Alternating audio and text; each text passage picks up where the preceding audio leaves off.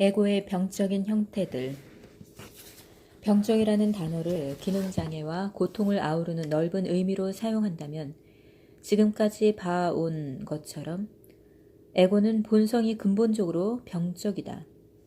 많은 정신질환들은 정상적인 사람에게서 작용하는 에고의 특성과 똑같은 것들로 구성되어 있다. 다만 정신질환의 경우에는 환자 자신을 제외하고는 그 기능장애가 모두의 눈에 분명할 정도로 뚜렷해졌을 뿐이다. 예를 들어 많은 정상적인 사람들도 자신을 더 중요한 인물로, 더 특별한 존재로 보이게 하기 위해, 그리고 다른 사람들이 마음속에 있는 자신의 이미지를 강화하기 위해 때때로 특정한 종류의 거짓말을 한다.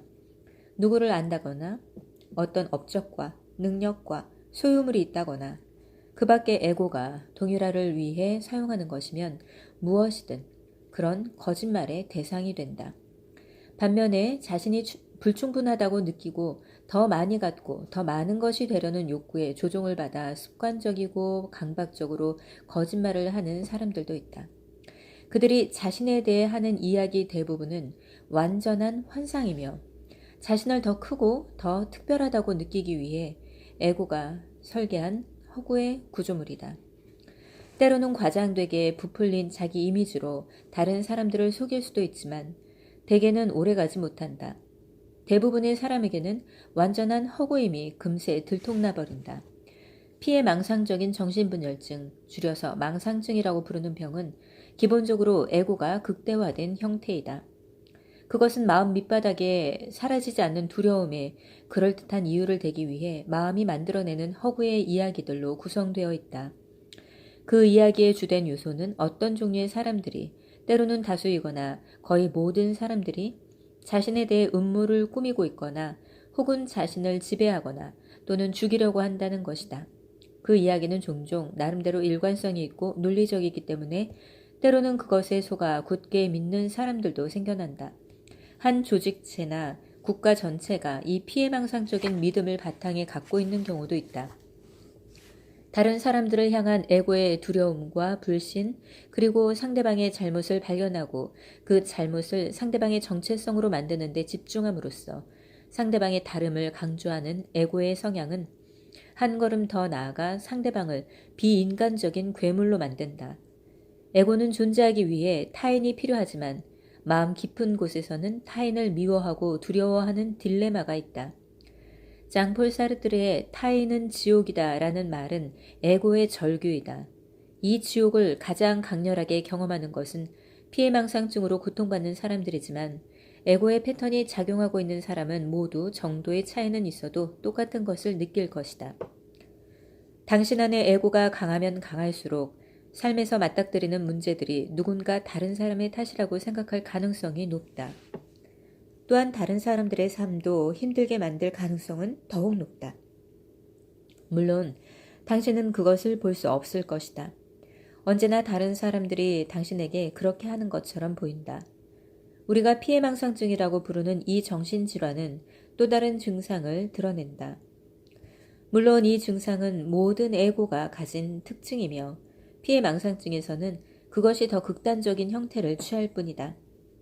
자신이 박해받고 감시받고 있으며 위협당하고 있다면 환자는 자신이 우주의 중심이고 모든 것이 자기 둘레를 돌고 있다는 믿음이 더 강해진다.